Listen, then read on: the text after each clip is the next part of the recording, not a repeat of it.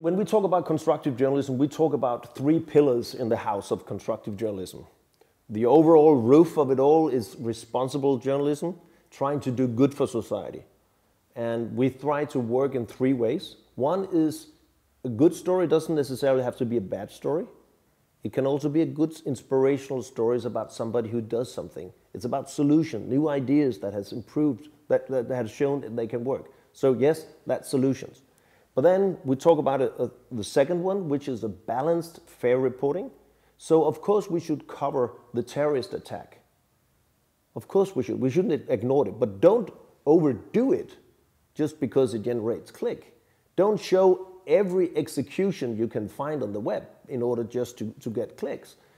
And remember to tell the risk of dying in a terrorist attack in Europe is lower than it was in 1974. If you cover the accident on the freeway, fine. But maybe you don't need a close-up. Maybe it's not important you are there before the ambulance. And maybe you should remember to tell the amount of people dying in traffic accidents in Switzerland, in France, in Denmark, it's going down. And that's the second pillar. The third one is about changing the role of journalism. Can we play the role of, can we use our microphone of something else than a dagger or sword? What happened if you do like this to people? They sit like this, or put a spin doctor in front, or communications person in front. So the distance between people with power and the public will grow and grow. Can you also sometimes play a role where you use your pen or your microphone as a conductor stick?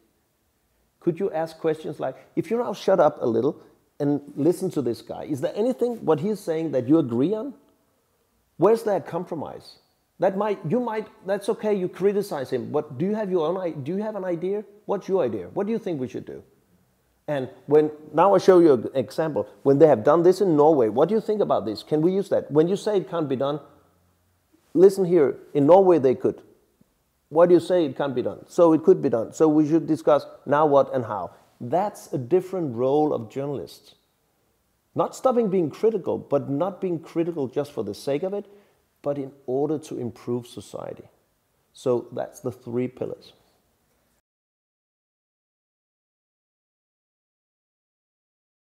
Because the old way of doing journalism, the way both you and I and people in our generation have learned that a good story is a bad story.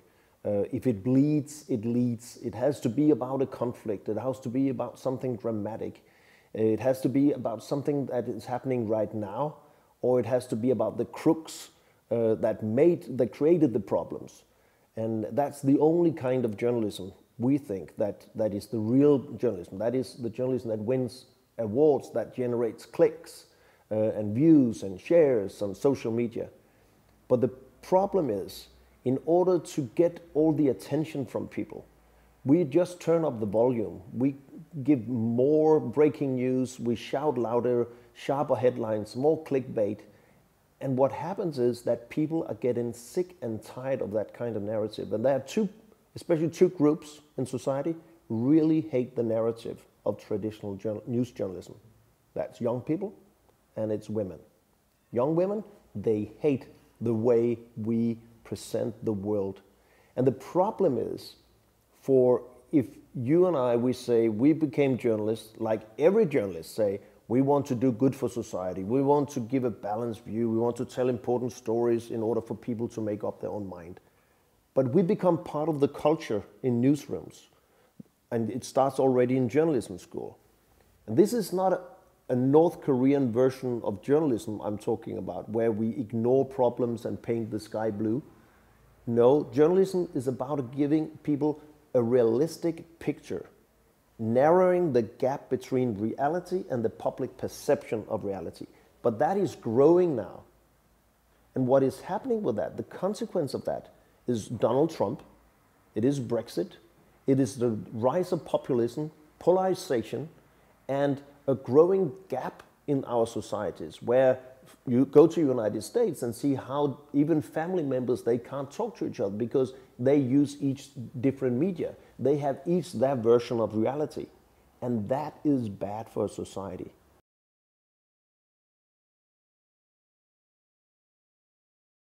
then we are entering a time in basically all over the world where we have lack of authorities, no one really to trust. And in societies where we have nobody to trust, the most loud, the most rude, and the guy with the most likes will become president in any country.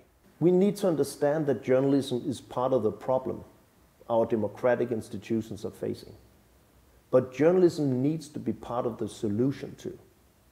Because democracy, the public, societies, nation states needs credible, skilled, balanced reporting in order to function. And if that falls, democracy will fall. It's not only about helping journalism, and journalism needs help. And it's not only to help media, because the news industry needs help. The financial models are being eroded, the trust in media is being eroded. But we have to understand that journalism is not just a product to be sold. Media is not just a factory producing a product.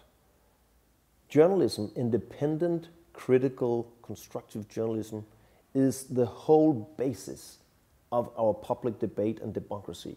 And if that doesn't work, if people don't trust journalists and news media, and to more and more degree they don't, then society suffers, because who should you then trust? I just saw numbers from Germany saying that 73% of all Germans do not trust the coverage of, for instance, immigration issues in the traditional media in Germany. How can you discuss anything in the public debate and in politics if you don't have a basics of information that you can say, this is the way it is? If you don't trust that media is doing that for you, who do you then think will do it for you?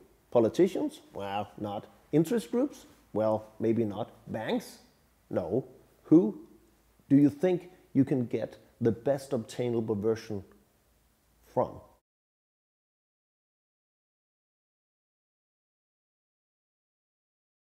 First of all, stop being biased in your reporting. Leave your biases at home as a reporter.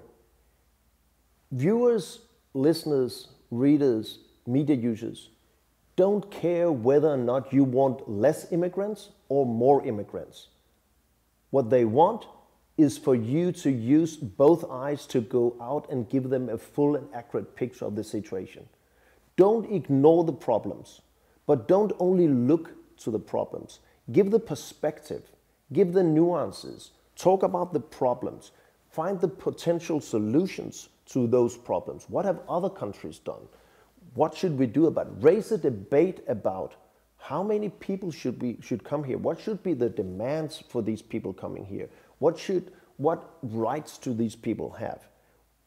We should be that place, where the third place, where we don't take a stand on this. What they have done in a lot of German media is that they were afraid, journalists and publishers, of fueling fascism, because they have a history of fascism in that country. So a lot of these media, they try to ignore facts that they would be afraid would fueling voices in society that were anti-immigration. And you have, in France, they've had the same thing for 25 to 30 years. A lot of news media try to ignore Front National, creating a material for Le Pen family. And you have the same thing in Sweden, where 1/4 of the population now votes for the Swedish Democrats, because they feel it's right when the Swedish Democrats say, we are not being told the truth. And that's a problem, not only for society, but it's a problem for journalism. And we have to find the facts that there are things in our culture we're doing wrong. We are losing the contract between us and the public. And the contract is, we know what we're talking about, and we put the common good above our own self-interest. So constructive journalism is trying to come back to some fundamental values of our profession that we have forgotten.